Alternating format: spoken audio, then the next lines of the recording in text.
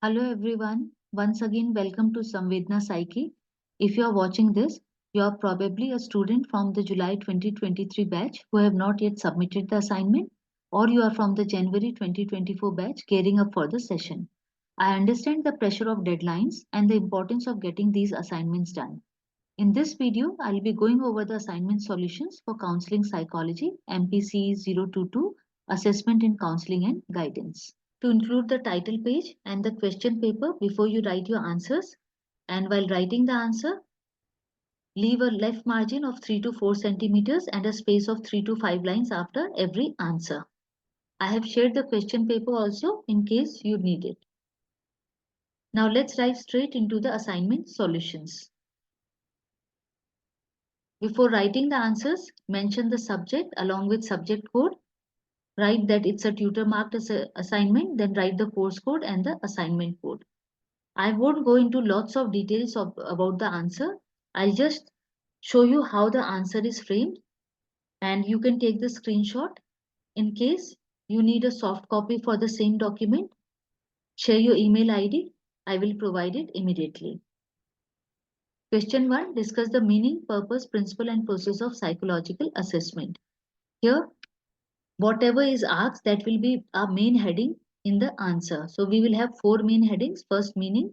Psychological assessment is a systematic and comprehensive process to gather information about individual psychological makeup.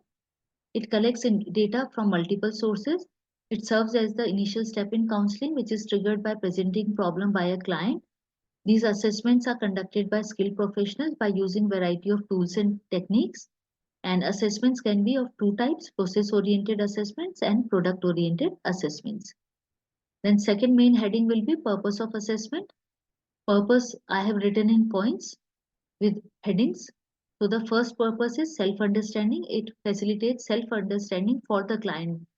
That means the client gains an insight into their own personality, capabilities and limitation. Assessment helps in diagnosing the client's problem. The counselor analyzes the data and can easily find out the causative factor. Assessment helps in career planning and education. By conducting the assessment and analyzing the data, the psychologist or the counselor can guide the students towards making informed decision about their career and the choice of subjects. Assessment also helps in prediction of future performance. Counselor utilizes the assessment data to estimate the individual's attitude, ability and personality traits, which offers insight into potential success and adjustment. And lastly, assessment helps in evaluation of counseling outcomes. Assessment is conducted both before and after the counseling session, and this helps the counselor to gain an insight on ongoing interventions and ensures that the expected outcomes are achieved. Next, main heading, principles of assessment. Here again, I have written the principles in points. According to Scherzer and Linden, assessment should follow 5 key principles.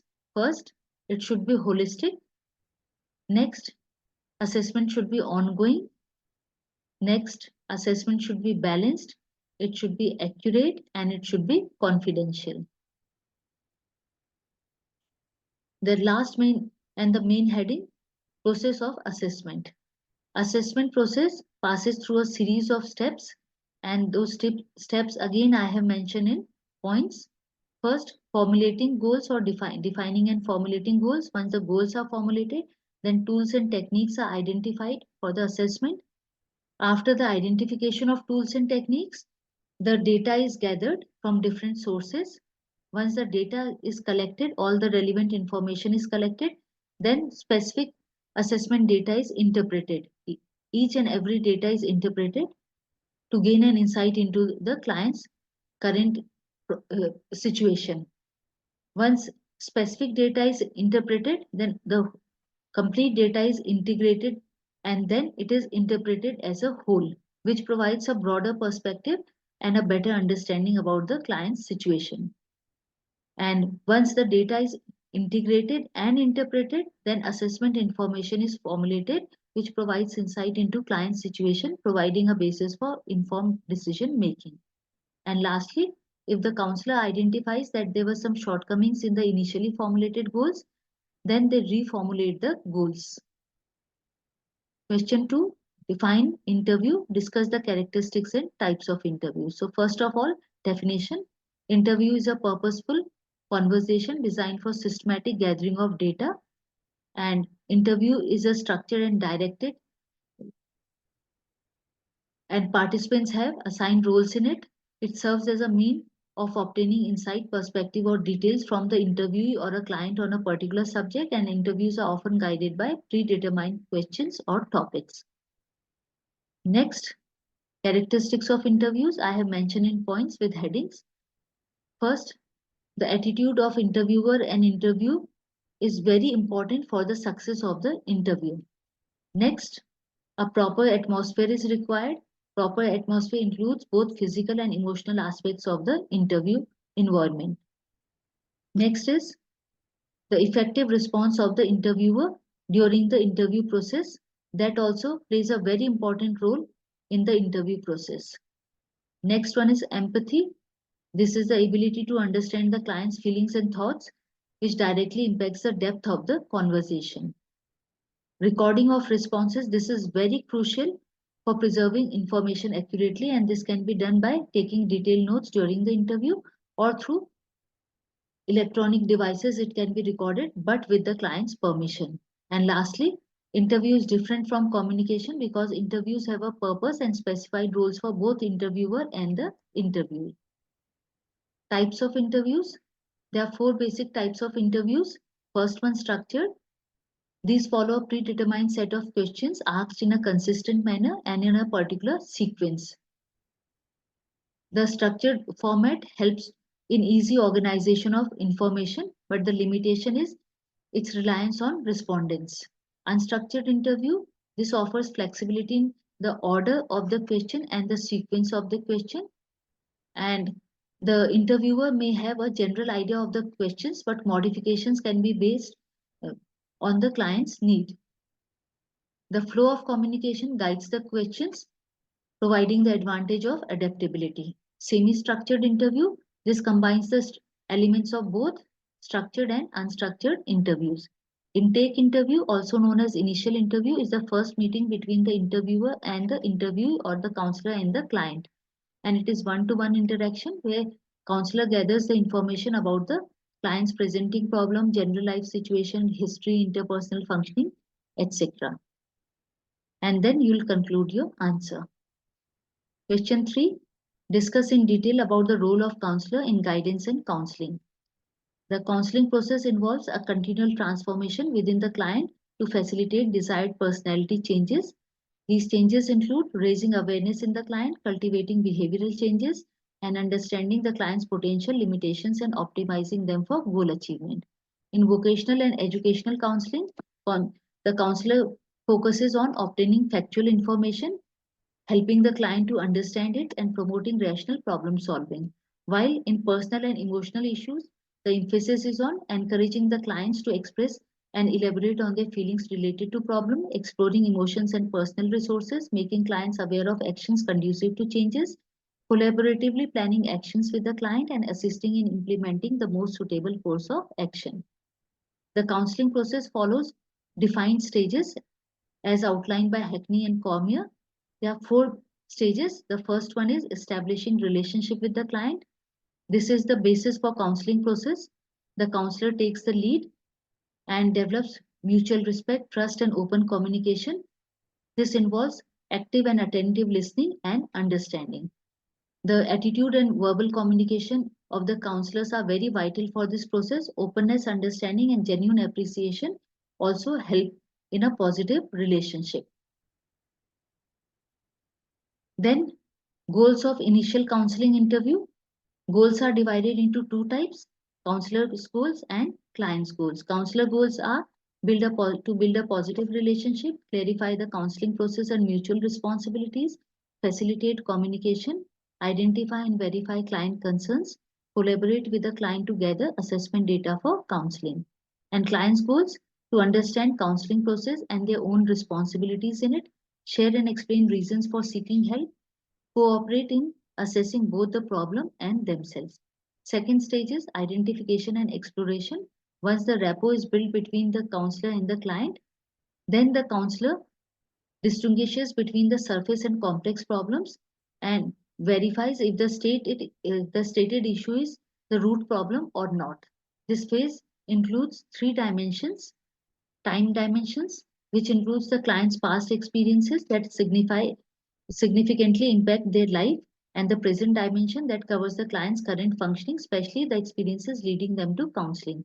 Feeling dimension includes the client's emotions and feelings towards oneself and the significant others. And cognitive dimension includes how the client approaches the problem solving, coping styles, rational decision making, and client's capacity and readiness for learning. Then stages under identification and exploration. There are three main stages. First, to define the problem, next, to explore the problem, and finally, to integrate the information. Third stage in the counseling process is planning for problem solving. Planning for problem solving is done once the client ensures that all the relevant information is gathered and understood, and the client has developed an awareness and insight into the specific problem. Then both of them collaborate to devise a remedial plan through the steps which are as follows. First, define the problem, then identify and list all the possible solutions, and no solution is dismissed at this stage. Then, analyzing the consequences of all the possible or suggested solutions, and finally, making a list, prioritizing the solution from the most to the least likely to achieve the desired outcomes, and then the chosen solution is implemented. The last stage is solution application and termination. This is the concluding stage where the counselor motivates the client to implement the determined solution, and the counselor remains in contact even after the termination process, offering follow-up support and encouragement, recognizing the potential need for assistance if deviation from planned course occur.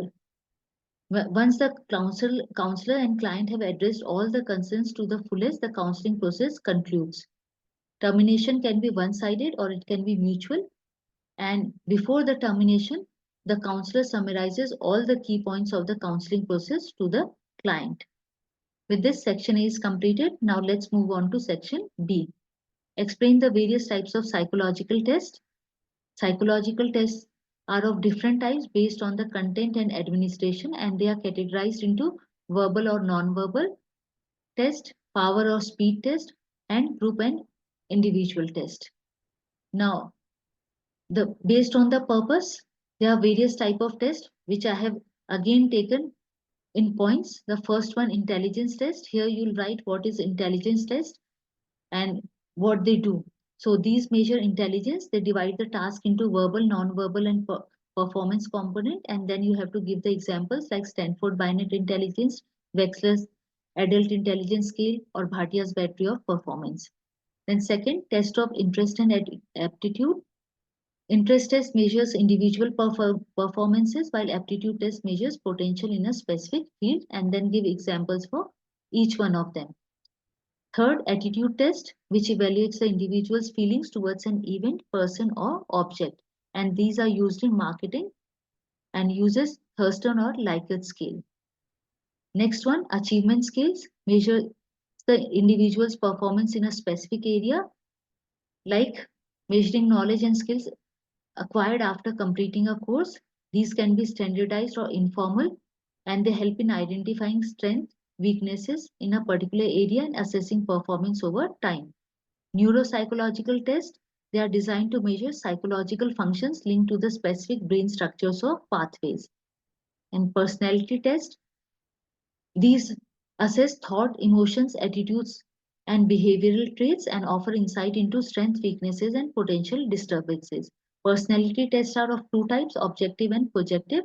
Objective tests are rating scales or self-report measures which use restricted response format like true or false or ordinal scale. Then you have to give some examples. Projective tests, they are free response measures, and they measure personality by having individuals project their unconscious attitudes into ambiguous situations. And then example like Rorschach, ink block test, thematic apperception test, etc. And lastly, direct observation test. This assesses individuals by observing behaviors in different settings and also helps in clinically establishing benchmarks for issues like hyperactivity, aggressions in the children, or even understanding parent-child interaction in relationship disorders. Question 5. Discuss about pre-counseling interview. The counseling process typically comprises three distinct phases. First, the request for assistance. Next, counseling proper, and the last, termination of counseling relationship. The pre-counseling interview serves as the gateway to the counseling process, and it includes the intake phase, preliminary assessment, and laying the foundation for the counseling proper. It acts as an initial contact between the client and the counselor, and it is designed to address the apprehensions and the uncertainties that the clients may have in the beginning. The counselor's role is very important in establishing the atmosphere that ensures a positive climate for the client. During the pre-counseling interview, practical details such as session duration, fees, and the potential use of psychological tests are discussed. Transparency in explaining the counseling process helps build trust and set the foundation for the productive relationship. Privacy and confidentiality are integral aspects of counseling and are explicitly addressed to ensure the client to understand the importance of functioning within a specific system. The preliminary assessment phase of pre-counseling interview, which begins before the first formal session, it involves gathering essential information about the client, including personal details, educational and work history, and any other prior counseling experiences. Reliability and validity are key consideration in selecting assessment tools. Reliability of an instrument is indicated by consistent scores when the test is repeated, and it is crucial for accurate result. Validity addresses how well the instrument measures the intended characteristic, and validity is very important for meaningful interpretations. Then administration of assessment instrument or assessment tools. This is done in a conducive environment for obtaining valid result. Thus, the pre-counseling interview acts as an initial step, emphasizing open communication, addressing practical aspects, and commencing the crucial assessment process to establish the basis for a valuable counseling experience. Question 6. Describe the process of assessment in counseling.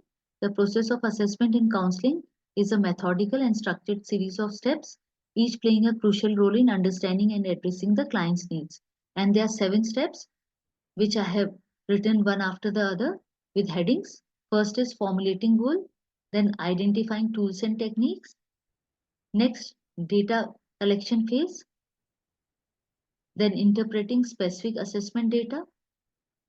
After interpreting specific assessment data, integrating data from different sources, and then interpreting it all together. Next is formulating assessment information, and lastly, reformulating goals. Question 7. Explain mental status examination or MSE. MSE is a crucial assessment tool widely utilized in the fields of psychiatry, clinical psychology, and psychiatric social work. Typically conducted during the initial intake interview, the MSE serves as a structured method for collecting information about a client's level of functioning and self-presentation, and helps the counselors in organizing both objective observations and subjective data provided by the client. This evaluation occurs at the time of interview following the completion of the case history. After reaching a tentative diagnosis based on the information shared by the client and the informant, the counselor or the clinician employs MSE to confirm and refine the diagnosis. So MSE includes several key domains, which I have written in points again with heading. First is behavior. Behavior means the client's observable actions and behavior during the interview. It includes assessing whether the behavior is age appropriate, what is the client's attitude towards the examiner, and the overall conduct during the interview. Next, thoughts. Evaluation of thoughts serves two purposes. First, it offers insight into the client's personality, and second, it helps identify any potential thought disorders which may be present. Next is speech, which involves an analysis of quality of the client's speech, including volume, tone, and other speech-related parameters, which provide information about their mental state. Perception. It explores the functioning of all the five senses. Questions related to perception may uncover any illusions, hallucination, dissociation, delusions, etc. And this provides an information about severity of the client's issues. Intelligence. It is a key factor in understanding the client's awareness of their surroundings and general knowledge. If there are any indication of abnormal or subnormal intelligence, further testing is required. Memory. Memory assessment is not only essential for evaluating intelligence but also for gaining insight into overall brain functioning. Disturbances in memory may indicate underlying issues. Attention and concentration. These are the indicators of brain functioning. Disturbance in these two may suggest potential problems on neurological level. And lastly, insight. This judges the client's understanding of their own state, including awareness of their illness. It helps clinicians determine the client's level of self-awareness and comprehension. So MSc, it is a systematic approach that clinicians use to comprehensively evaluate a client's mental state and also providing valuable information for diagnosis and treatment planning. Question 8, differentiate between counseling and psychotherapy. Counseling and psychotherapy both serve as therapeutic interventions to enhance mental well-being and foster personal growth, but they differ in various aspects, and these aspects I have taken in points. First, scope and focus. Next is time frame. Third one is intervention techniques. Then client's mental state, goal orientation, professional training, and lastly, regulation and licensing. So this way, taking one aspect at a time, you'll differentiate that particular aspect and write your answer. With this, section B is completed, and now we move on to section C, which we'll write from a new page. Section C, question number 9, case study method.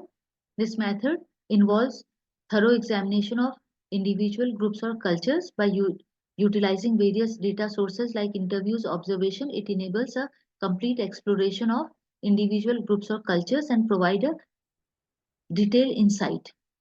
This approach is beneficial in investigation where managing a large participant pool is impractical, and it helps in developing a well-informed opinion. Question 10, active listening. It is an important skill which extends beyond hearing, requiring genuine interest and attention to both verbal and non-verbal cues like facial expression and tone of voice.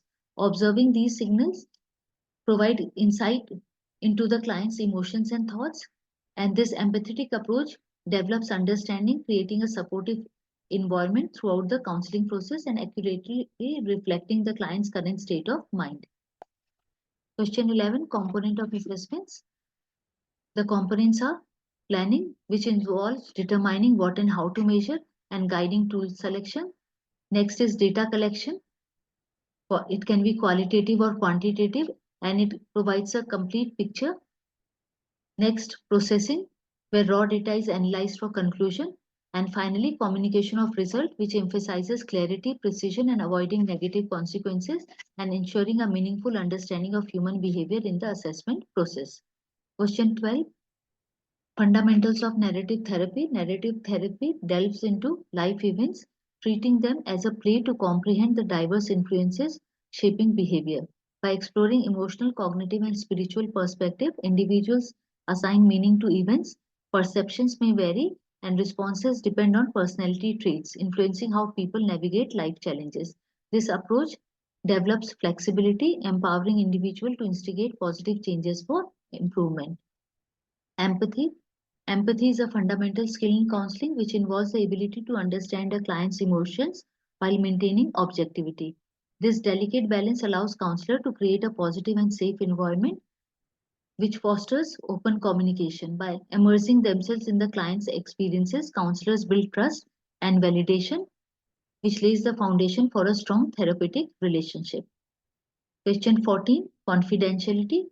It is very important in counseling respecting the test takers or a client's privacy. Trust is built through rapport building and clear communication of roles and boundaries. Sharing assessment result is limited only with those with a legitimate need, but always with the client's consent. However, it may be breached in critical situations like threats to life or legal requirements necessitating communication with relevant authorities.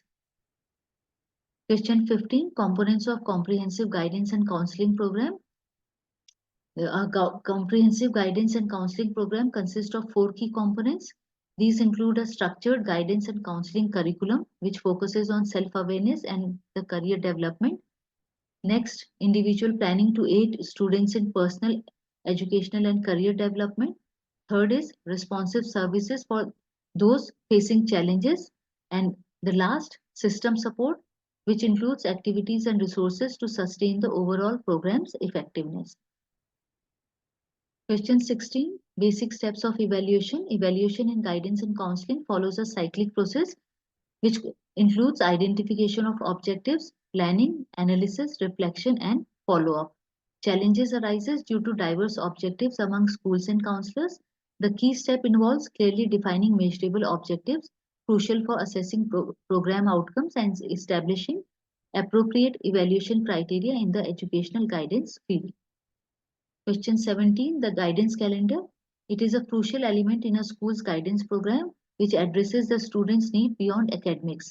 It efficiently organizes class talks, career events, and seminars, optimizing resources use. Planned at various intervals, the calendar prevents scheduling conflicts, involves stakeholders in its development, and provides advance notice to administration and target groups, and also promotes effective collaboration in delivering comprehensive guidance services. Question 18. Vocational developmental tasks. These are crucial milestones which individuals must navigate at different stages of their life. These align with personal needs of the client and societal demands. These tasks involve acquiring competencies and skills, forming a clear identity, and resolving identity crisis. A counselor, considering the guidance program's sequential nature, should design interventions to assist students or clients in accomplishing these tasks, fostering successful personal and career development. With this, we have completed the assignment answers. I hope now you have a clearer understanding about the assignment answers. If you have any additional assistance or have questions, drop them in the comments below. Don't forget to like and share the video with your classmates who might find it helpful. And make sure to subscribe for more useful resources. Best wishes for your assignments, and until next time, stay focused and stay motivated. Thank you.